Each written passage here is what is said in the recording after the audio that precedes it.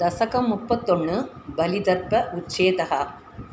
प्रीत्या दैत्यस्तव धनुमहः प्रेक्षणात् सर्वदा अभि त्वामाराध्यं नजित रचयन्नञ्जलिं सञ्जगात मत्तः किं ते समभिलषितं विप्रसूनो वद त्वं व्यक्तं भक्तं पवनमवनिं वापि सर्वं प्रदास्ये तामक्षीणां बलिगिरमुपाकर्ण्य कारुण्यपूर्णो अभ्यस्योसेकं समयितुमना दैत्यवंशं प्रशंसन् भूमिं पादत्रय परिमितां प्रार्थयामासि तत्त्वं सर्वं देहीति तु निगदिते कस्य हास्यं न वा स्यात् विश्वेशं मां त्रिपदमिह किं याचसे बालिजस्त्वा सर्वां भूमिं वृणु किममु नेत्यालभत्वां सदृप्त्यन् यस्माद्दर्पात् त्रिपद परिभूर्य क्षमः क्षेपवादान् बन्धं सासावकमतदर्हो अभिघाटोपशान्त्यै पादत्रय्या यदि न मुदितो विष्टभैर्नाभिदुष्ये दिद्युक्ते अस्मिन् वरद भवते तातु कामे अततोऽयं दैत्याचार्यस्तव खलु परीक्षार्थिनः प्रेरणात्तं मामादेयं हरिरयमति व्यक्तमेवाबभाषे याचत्येवं यति स भगवान् पूर्णकामो अस्मि सोऽहं दास्याम्येव स्थिरमिति वदन् काव्यशब्दो अभिदैत्यः विन्ध्यावल्या निजदयितया दत्तपाद्याय दुप्यं चित्रं चित्रं सकलमपि स प्रार्भयत्तोयपूर्वं निस्सन्देहं तिथिकुलपदौ त्वय्यशेषार्पणं तत् व्यातन्वाने मुमुसुर्ऋषयः सामराः पुष्पवर्षं दिव्यं रूपं तव ददितं पश्यतां वि स्वभाजामुच्चैरुच्चैरवृतत तवधीकृत्य विस्वाण्डपाण्डं त्वत्पादाग्रं निजपदगतं पुण्डरीकोद्भवो असौ कुण्डितो यैरसिचत पुनाद्यज्जलं विश्वलोकान् हर्षोत्कर्षात् सुबहुननृते केचरैरुत्सवे अस्मिन् वेरीं निघ्नन् भुवनमचर जाम्बवान् भक्तिशाली तावद्दैत्यास्त्वनुमतिमृते पर्दुरारप्तयुद्धाः देवोपेतैर्भवतनुचरै सङ्गतापङ्गमापन् कालात्मा अयं वसति पुरतो यत्वसात् प्राग्जिताः स्मः किं वो युद्धैरिति बलिगिरा ते अथ पादाळमापुः पाशैर्बद्धं पदगपतिना दैत्यमुच्चैरवादी स्तार्तीकं दिश मम पदं किं न विश्वेश्वरोऽसि पादं मूर्ध्नि प्रणय भगवन्नित्यकम्पं वदन्तं प्रह्लादस्तं स्वयमुपगतो मानयस्नस्तवीत्वा दर्पोच्चित्ते विहितमखिलं दैत्यसिद्धो असि पुण्यैर्लोकस्ते अस्तु त्रिदिवविजयी वासवत्वं च पश्चात् मत्सायुज्यं भजस पुनरिद्यन् वगृह्णा बलिं तं विप्रैः सन्दानितमगवरः पाहि वातालयेश।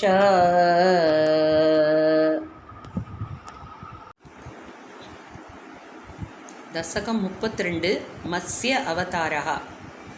पुराहयग्रीव महासुरेण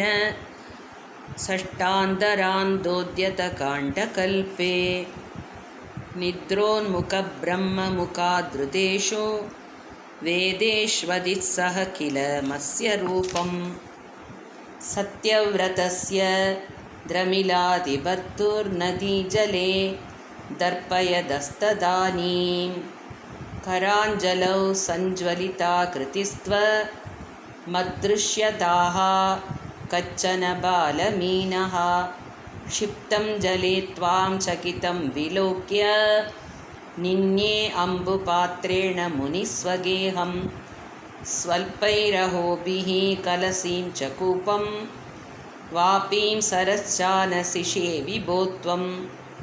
योगप्रभावाद् भवताज्ञयैव नीतस्ततस्त्वं मुनिना पयोधिं भृष्टो अमुना कल्पदितृक्षुमेनं सप्ताहमास्वेति वदन्नयासीः प्राप्ते ददुक्ते अहनिवारितारा परिप्लुते भूमितले मुनीन्द्रः सप्तर्षिभिः सार्धमपारवारिन् युत्कूर्णमानः चरणं ययौ त्वां दरान्त्वताते स गरिमवाप्तान् नौरूपिणी मारुरुहोस्तु ततताते तत्कम्बगम्प्रेषु च देषु भूयस्त्वमम्बुधेराविरभूर्महीयात् भूर्महीयान् दशाकृतिं योजनलक्षदीर्घां तदानमुच्चैस्तरतेजसं त्वां निरीक्ष्य दुष्टा मुनयस्त्वदुक्त्या तत्तुङ्गशृङ्गे धरणिं पबन्धुः आकृष्टनौको मुनिमण्डलाय प्रदर्शयन् विश्वजगद्विभागान् संस्तूयमानो नृवरेण तेन ज्ञानं परं सोपति सन्नचारीः कल्पावधौ सप्तमुनीन् पुरोवत् प्रस्ताभ्य सत्यव्रतभूमिपं त्वं वैवस्वताख्यं मनुमातदानः क्रोधादयग्रीवमपि द्रुतो अभूः स्वतुङ्गशृङ्गक्षतवक्षसं त्वं निपात्य दैत्यं निगमान् गृहीत्वा विरिञ्चये प्रीतहृदे तदानः प्रपञ्चनागारपते प्रभायाः सर्वत्र गो दशकं 33 अंबरीष चरितम् वैवस्वदाख्यमनुपुत्रनभागजात नाभागनामकनरेन्द्रसुतो अम्बरीषः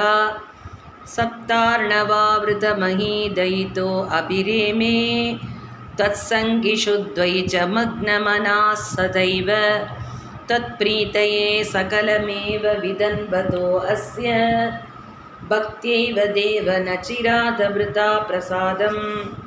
येनास्य याचनमृते अभ्यभिरक्षणार्थं चक्रं भवान् प्रवितदारसहस्रधारं सद्वादशी वरतन्मतो भवदर्शनार्थं वर्षं तदौ मधुवने यमुनोपकण्ठे पत्न्या समं सुमनसा महतीं विदन्वन् पूजां दिशेषु विसृजन् पशुषष्टिकोटिं तत्रादपारणदिने भवदर्चनान्ते दुर्वाससा अस्य मुनिना भवनं प्रभेते भोक्तुं मृदच्च स नृपेण परात्तिशीलो मन्तं जगाम यमुनां नियमान् विधास्यन् राज्ञा अतपारणमुहूर्तसमाप्तिकेतात् वारैव पारण मकारी भवत्परेण प्राप्तो मुनिस्ततत दिव्यदृशा विजानन् क्षिप्यन् कृतो धृतजटो कृत्यां च तामसितरां भुवनं दहन्ति मग्रे अभिवीक्ष्य नृपतिर्नपदां च गम्भे तत्पाक्तपादमभिवीक्ष्य सुदर्शनन्ते कृत्यानलं सलपयन् मुनिमन्वदावीत् तावन्नशेषभुवनेषु पियास पश्यन् विश्वत्रचक्रमपि ते गतवान् विरिञ्चं कः कालचक्रमतिलङ्घयदित्यभास्तः सर्वं ययौ स च भवन्तमवन्तदैव भूयो भवन्निलयमेत्य मुनिं नमन्तं ब्रोचे भवानहमृषे ननु भक्तदास ज्ञानं तपच्च विनयान्वितमेव मान्यं याह्यम्बरीशपदमेव भजेति भूमन् तावत् समेद्य मुनिना स गृहीतपादो राजा अपसृत्य भवतस्त्रमसावनौषीत् चक्रे गते मुनिरतादखिलाशिषो अस्मै त्वद्भक्तिमागसि घृते अभिकृपां च संसन् राजा प्रतीक्ष्य मुनिमेघसमामनाश्वान् सम्भोज्य साधु तं ऋषिं विसृजन् प्रसन्नम्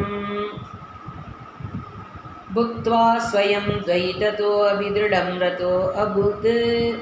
सायुज्यमाप च समां पवनेशपायाः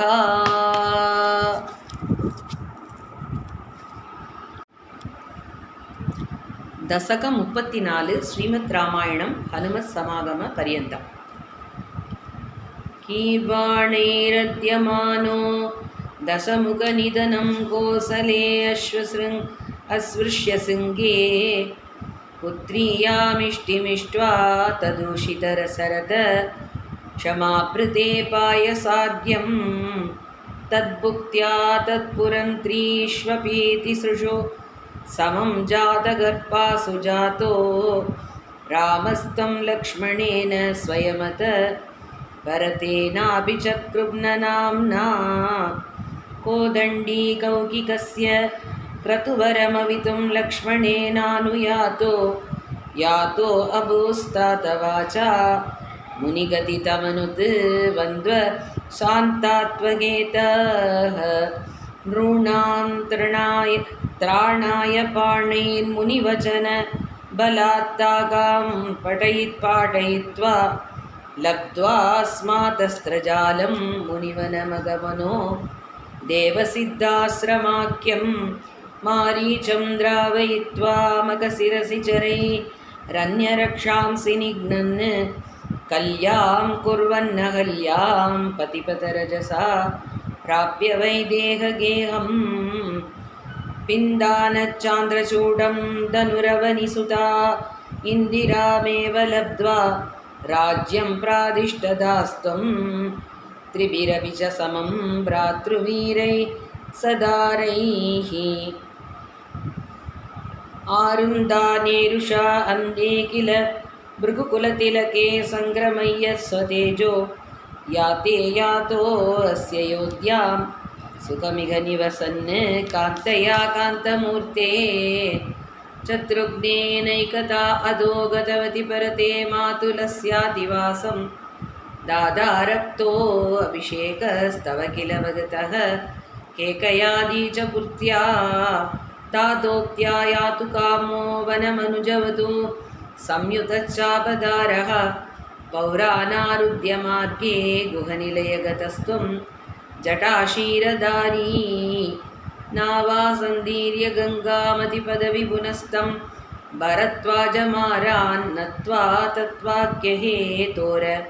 तिसुखमवसः चित्रकूटे गिरीन्द्रे श्रुत्वा पुत्रार्दिगिन्नं खलु भरतमुखात् स्वर्गयातं स्वतातं तप्तो तत्त्वाम्बुतस्मै नितदितभरते पादुकां मेदिनीं च अद्रिं नत्वा तगत्वा वनमतिविपुलं दण्डकं चण्डकायं हत्वा दैत्यं विरातं सुखदिमकलय चारुभोच्चारभङ्गीं नत्वा अगस्त्यं समस्तासरनितर सभद्राकृतिं तापसेभ्यः प्रत्यस्रौषीः प्रियेषु ददनु च मुनिना वैष्णवे दिव्यचापे ब्रह्मास्त्रे चापि दत्ते पतिपितृसुहृतं वीक्ष्य भूयो जटायुं मोदात् कोतातटान्ते परिरमसि पुरा पञ्चवट्यां वधूट्या प्राप्तायाः शूर्पणख्या मदनजलद्रुदेरर्तनैर्निस्सहात्मा तां सौमित्रौ विसृज्य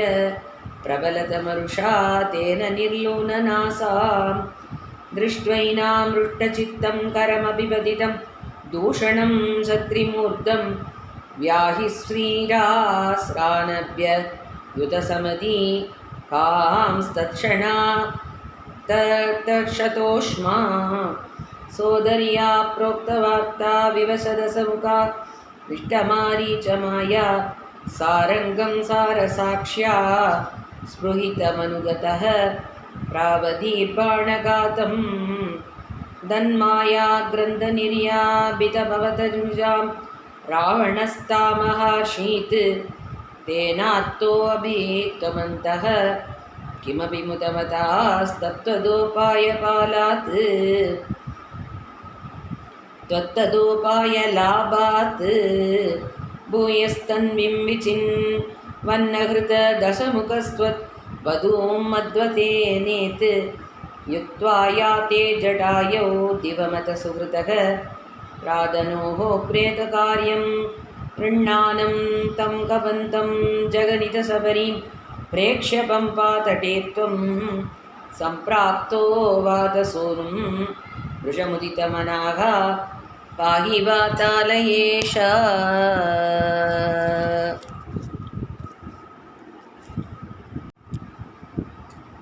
दशक 35 श्रीमद् रामायणं सुग्रीव सख्यात् प्रभृति. नीतः सुग्रीव मैत्रीं तदनु हनुमता दुन्दुभे कायमुच्चैः क्षिप्त्वाङ्गुष्ठेन भूयो लुलभित युगपत् पत्रिणा सप्तसालान् हत्वा सुग्रीवकादोद्यतमतुलबलं पालिनं व्याजवृत्त्या वर्षावेलामनेशीर्विरह तरलितस्त्वं मदङ्गाश्रमान्ते सुग्रीवेणानुजोत्या सभयमभियतां यूहितां वाहिनीं तां वृक्षाणां वीक्ष्य दिक्षु धृतमतदयिता मार्गणायावनं राम सन्देशच्चाङ्गुलीयं पवनसुतकरे प्रादिशो मोदशाली मार्गे मार्गे ममार्गे कपिविरपितता त्वत्प्रिया सप्रयासैः तत्वार्ता कर्णनोद्यत्करुतुरुजवसम्बादिवाक्य प्रोत्तीर्णार्नोति रन्तर्नगरि जनकजां वीक्ष्य तत्त्वा अङ्गुलीयं प्रक्षुत्योद्यानमक्षश पणचणर्णः सोढबन्तो दशास्यं दृष्ट्वा प्लुष्ट्वा च लङ्कां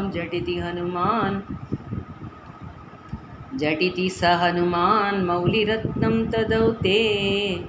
त्वं सुग्रीवाङ्गदातिप्रबलकपि च मूचक्रविक्रान्तभूमि चक्रो अभिग्रम्य पारे जलधि निशिचरेन्द्रानुजा श्रीयमाणः तत्प्रोक्तां चक्रुवार्तां रहसि निशमयन् प्रार्थनापार्थ्यरोष प्रास्ताग्नेयास्त्रतेजस्त्रसदूतदिगिरा लब्धवान् मध्यमार्गं कीशैराशान्तरोपाहृतगिरिनिकरैः सेतुमादाप्य यादून्यामर्त्यदंष्ट्रा नकशिखरिशीला सालशस्त्रैः स्वसैन्यैः व्याकुर्वन् सानुजस्त्वं समरविपुवरं विक्रमं चक्रजेत्रा वेगान्नागास्त्रपत्तः पदकपदिकरुन्मारुतैर्मोचितो अभूत् सौमित्रे स्तत्र शक्ति प्रहृति कळत सूर्वादजानीतशैल क्राणात् प्राणानुबेतो व्यगृणुत कुसृति श्लाघिनं मेघनादं मायाक्षोभेषु वैभीषण वचनहृतस्तम्भनकुम्भकर्णं सम्प्राप्तं गम्भितोर्वीतलमखिल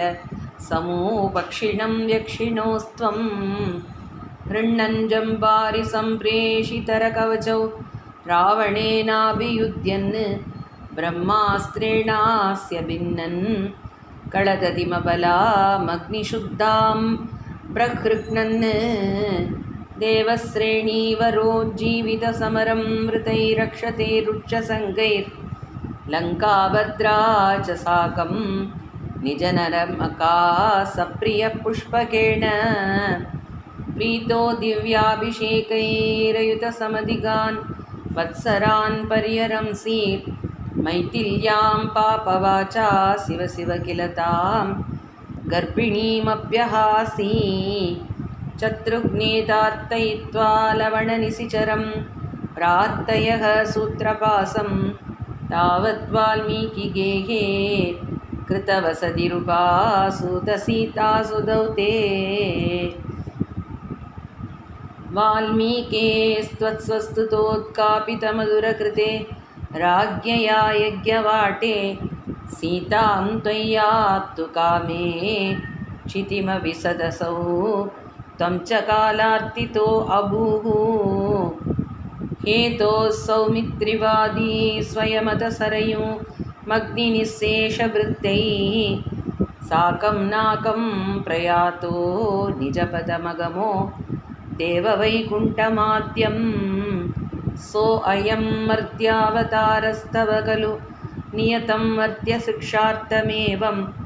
विश्लेषार्तिर्निरागस्त्यजनमपि भवेत् कामधर्मादिसक्त्या नो चेत् स्वात्मानुभूते क्वनु तव मनसो विक्रिया चक्रपाणे सत्त्वं सत्त्वैकमूर्ते पवनपुरपते व्यातुनो व्याधितापान्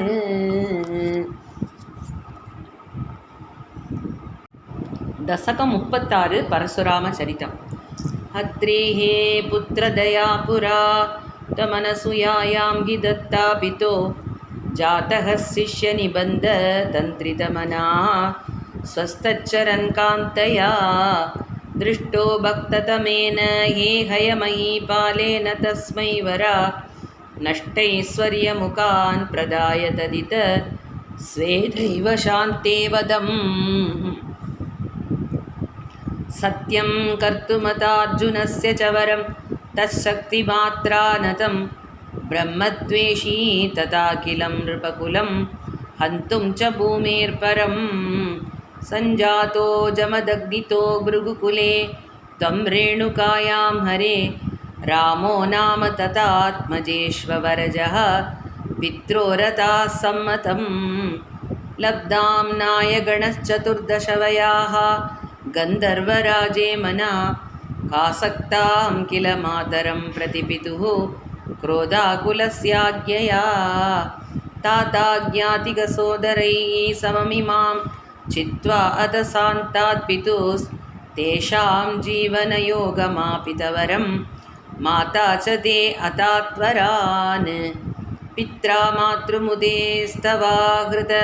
वियत्ते नोर्निजा चाताश्रमात् प्रस्थायात प्रगोर्गिरा हिमगिरा वाराध्य गौरीपतिं लब्ध्वा तत्परशुं तदुग्धदनुजच्छेति महास्त्रादिकं प्राप्तो मित्रमता कृतव्रणमुनिं प्राप्यागमस्वाश्रमम् आकेटोकपदोऽर्जुनः सुरकविसम्प्राप्तसम्पद्गणैस्त्वत्पित्रा परिपूजितः पुरगतो दुर्मन्त्रिवाचा पुनः कां क्रेतुं सचिवं न्ययुङ्क्तकुतिया तेनाभिरुन्दन्मुनि प्राणक्षेपसरोषघोष दशमूचक्रेण वत्सोहृत शुक्रोज्जीविततातवाक्यचलितक्रोधो अथ सख्या समं बिभ्रत्यातमहोदरोपनीतं चापं कुटारं चरान् आरूढः सह वाहयन्द्रगरतं माहिष्मतीवाविशन् वाग्भिर्वत्समदा सुषीचितिपतौ सम्प्रास्तुदाः शङ्करं पुत्राणामयुतेन सप्तत सविच्चा क्षौहिणीभिर्महा सेनानीभिरनेकमित्रनिवहैर् व्याजृम्भितायोधनः सत्यस्त्वत्ककुटारपाणवितळन् निःशेषशैत्योत्करो भीतिप्रतृतनष्टशिष्टतनय स्वात्मापदत्तेहयः लीलावारितनर्मदा जलवललङ्केशगर्वापः श्रीमद्बाहुसहस्रमुग्ध बहुशस्त्रास्त्रं निरुन्धन्नमुं चक्रे त्वय्यत वैष्णवे अभिविबले पुत्वा हरिं त्वां मुदा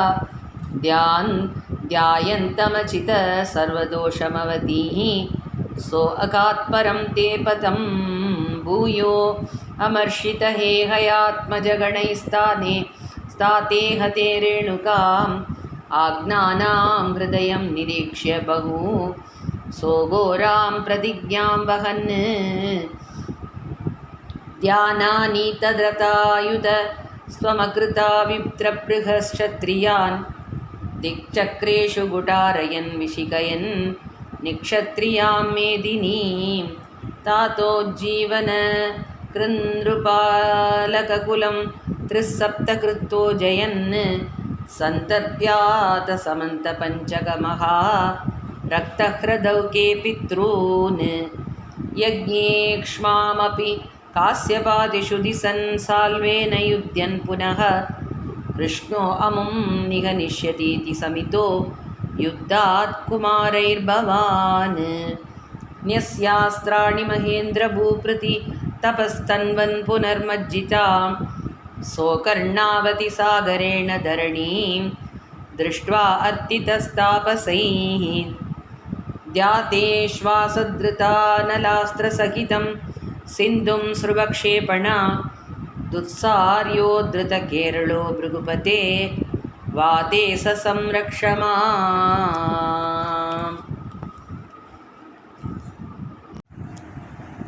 दशकं 37 कृष्ण अवतार प्रस्तावः. सान्द्रानन्दतनोहरे ननुपुरा दैवासुरे सङ्करे त्वत्कृता अभिकर्मशेषवचतो एतेन याता गतिं तेषां भूतलजन्मनां तिथिभुवां भारेण दूरार्तिता भूमिप्रापविरिञ्चमाश्रितपदं देवैः पुरैवागतैः हा हा दुर्जनपूरिभारमतितां पादोनितौ पादुका एतां पालय हन्त मे विवशतां सम्पृच्छ देवानिमान् इत्यादि प्रचुरप्रलाभविवसामालोक्य दादामहीं देवानां वदनानि वीक्ष्य परितो तत्यौ भवन्तं हरे ऊसे साम्बुजपूरमूनैः सुराः सत्यं दरिद्र्यावचोः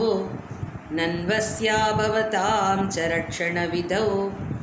दक्षो हि लक्ष्मीपति सर्वे सर्वपुरःसरा वयमितो गत्वा पयोवारिधिं नत्वा तं स्तुमहे जवातिथिययुः साकं तवाकेतनं ते मुक्तानिलसालिदुग्धजलते स्थिरं गताः सङ्गताः यावत् त्वत्पदचिन्तनैकमनस स्तावत् सपादो जभूः त्वत्वाचं हृदये निशम्य सकलानानन्दयन्नो शिवा नाख्यातः परमात्मना स्वयमहं वाक्यं तथा गण्यतां जाने दीनस शामहं दिविशतां भूमेच्च भीमैर्द्रुपैः तत्क्षेपाय भवामि यादवकुले सोऽहं समग्रात्मना देवा वृष्णिकुले भवन्तु कलया देवाङ्गनाच्चावनौ मत्सेवार्थमिति त्वदीयवचनं पादो जभूरुजिवान् श्रुत्वा कर्णरसायनं तव वचः सर्वेषु निर्वापितः स्वान्तेष्मि च गतेषु तावक कृपापीयूषतृप्तात्मसु विख्याते मधुरापुरे किल भवत् सान्निध्यपुण्योत्तरे धन्यां देवकनन्दिनीमुदवहत् राजा ससुरात्मजः उत्वाहावसितौ तदीयसहजः कंसो अथ सम्मानयन् नीतौ सुततया गतपतिरते व्योमोत्तया त्वद्गिरा अस्यास्त्वामधिष्टुष्टमष्टमसतो हन्तेति हन्तेरितः सन्द्रासात् सदो हन्तुमन्दिकगतां धन्वीं कृपाणीमतात् गृह्णानच्छीकुरेषु तां कलमतिः शौरेच्छिरं सान्त्वनैर्नो मुञ्चन् पुनरात्मजार्पणगिरा प्रीतो अतयातो गृहान् आद्यं तत्सहजं तदार्पितमपि स्नेहेन नासन्नसौ दुष्टानामपि देवपुष्टकरुणा दृष्टा हि धीरे गता तावत्त्वन्मनसैव नारदमुनिः प्रोचे स भोजेश्वरं यूयं नन्वसुराः सुराच्चयतवो जानासि किं न प्रभो मायावी स हरिर्भवत्वदकृते भावी सुरप्रार्थनात् इत्यागर्ण्ययदु न दूदु न तसौ सौरेच्छ सूनु न हन् प्राप्ते सप्तगर्भता महीपदौ त्वत्प्रेरणानान्मय मायया नीते माधवरोहिणीं तमपि भोः सच्चित् सुखैकात्मकः देवक्या जठरं विवेशितविभो संस्तूयमानः सुरैः सत्त्वं कृष्णविधूय रोगपटलीं भक्तिं परां देहि मे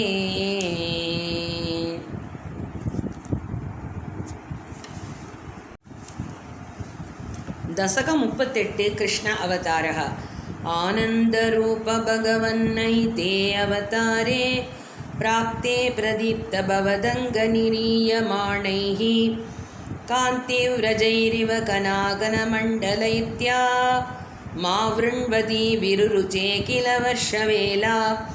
आशासु शीतलतरासु पयोततो यै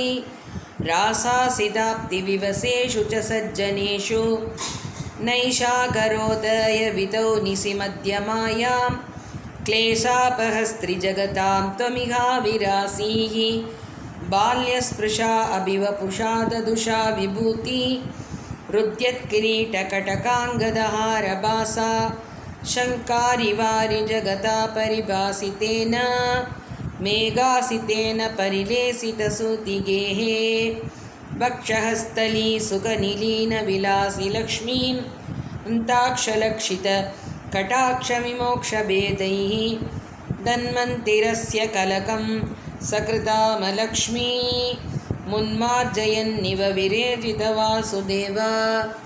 सौरिस्तुधीरमुनिमण्डलचेतसो अभि दूरस्थितं वपुरुदीक्ष्य निजेक्षणाभ्याम्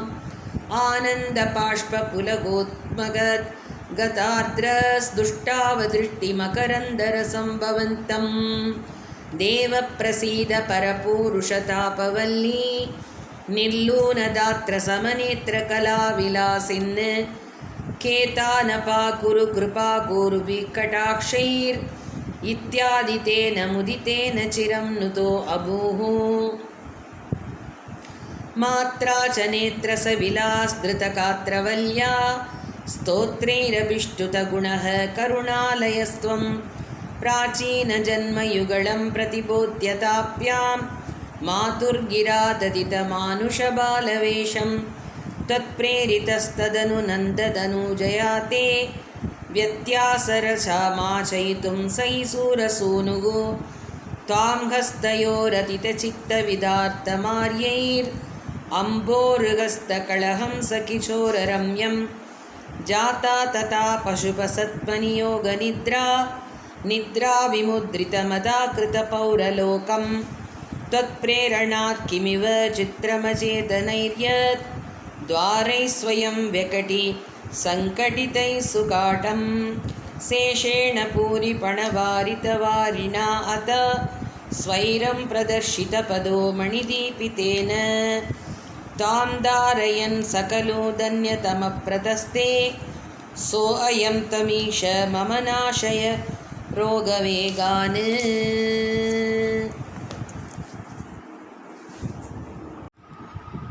दशकं 39 योगमाया प्रादुर्भावः कृष्णजन्म उत्सवच भवन्तमयमुद्वहन् यदुकुलोत्वहो निस्सरन् तदर्श गगनोच्चलज्जलपरां कलिन्दात्मजाम् अहो सलिलसञ्चय स पुनरैन्द्रजालोदितो जलौक इव तत्क्षणात् प्रपतमे यदा माययौ प्रसुप्तपशुपालिकां निभृतमारुतत्पालिका मपावृतकवाटिकां पशुपवाटिकामाविशन् भवन्तमयमर्पयन् प्रसवदल्पके तत्पदात् वहन् कपटकन्यकां सपुरमागतो वेगतः ततस्त्वदनुजारवक्ष पिदनिद्रवेगत्रवत् पटोत्करनिवेदित प्रसववार्तयैवार्तिमान् विमुक्तशिशिकुरोत्करस्त्वरि तमापदन् भोजराटदुष्ट इव दृष्टवान् भगिनिकाकरे कन्यकां ध्रुवं कपटचालिनो मधुहरस्य माया भवे दशाविधिकिशोरिकां भगिनिकाकरालिङ्गितां द्विपो नളിनिकान्तरादिव मृणालिकामक्षिपन् नयं त्वदनुजामजामुपलपट्टकेऽभिष्टवान् तदो भवतु पासको झटिति मृत्यु पाशादिव प्रमुच्यधरसैव सा समधिरूढरूपान्तरा अतस्तलमजग्मुषी विकसदष्ट बाहुस्फुरन् महायुधमहो गता किल विगाय सा दित्युते नृशंसतरकंसते किमु मया विनिष्पृष्टया बभूव भवदन्तकः क्वचन चिन्त्यतां ते हितम् इति ध्वजनुजा विभो कलमुदूर्यतं जग्मुषी मरुत्कणपणायिता भुवि च मन्दिराण्येयुषु प्रके पुनरकात्मजा वचनमीरिता भूभुजा प्रलम्ब भगभूतना प्रमुखदानवा मानिनः भवन्नितनकाम्यया जगति पप्रमुर्निर्भयाः कुमारकविमारकाः किमिव दुष्करं निष्कृपैः ततः पशुपमन्दिरे द्वयी मुकुन्दनन्दप्रिया प्रसूतिशयने सये रुदति किञ्चिदञ्चत्पथे विभूत्यवनिता जनैस्तनय सम्भवे घोषिते मुदा किमु वदाम्यहो सकलमाकुलं गोकुलम् अहो खलु यशोदया नवकलाय चेतोहरम् भवन्तमलमन्दिके प्रथममापि पन्त्यादृशा पुनः स्तनभरं निजं सपदि पाययन्त्या मुदा मनोहरधनुस्पृशा जगति पुण्यवन्तो जिताः भवत्कुचलकाम्यया सकलु नन्दगोपस्तथा प्रमोदभरसङ्कुलो द्विजकुलाय किन्नादतात् तदैव पशुपालका किमु न मङ्गलं ते निरे जगत्हृदयमङ्गल त्वमिह पाहि मामामयात्.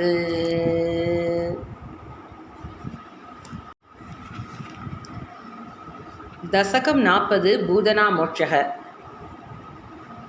ददनु नन्दममन्दसुभास्पदं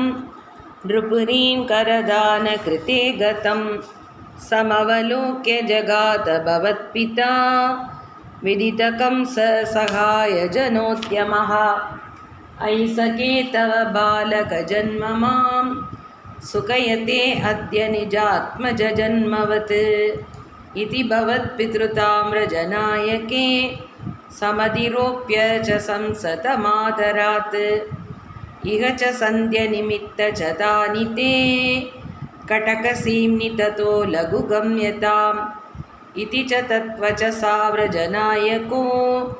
भवतपायपिया धृतमाययौ। अवसरे खलु तत्र च काचन व्रजपते मधुराकृतिरङ्गना तरलषट्पथलालितं कुन्तला कपटबोधकते निकटं गता सपति सा हृदपालकचेतना निशिचरान्वयजा किल भूतना। व्रजवधूष्मिह केयमिति क्षणं विमृचदीषु भवन्तमुपादते ललितभावविलासहृतात्मभिर्युवतिभिः प्रतिरोद्धुमपारिता स्तनमसौ भवनान्तनिषेतुषी प्रददुषी भवते कपटात्मने। समधिरुह्य तदङ्गमसङ्गितस्त्वमदपालकलोभनरोषितः महति वाम्रफलं कुचमण्डलं प्रतिसुशोषितदुर्विषदूषितम् असुभिरेव समं दयति द्वयी स्तनमसौ स्तनितोपमनिस्वना। निरपतद्भयदायि निजं वपुः प्रतिगता प्रविसार्य भुजावुपौ भयतघोषणभीषणविग्रह श्रवणदर्शनमोहितवल्लभे। व्रजपते ददुरहस्तलके कलनं ननु भवन्तमगृह्णत गोपिकाः भुवनमङ्गलनामभिरेव ते युवतिभिर्बहुता कृतरक्षणः। त्वमयिवातनिकेतननाथ माम् अकथयन् गुरुतावकसेवकम्।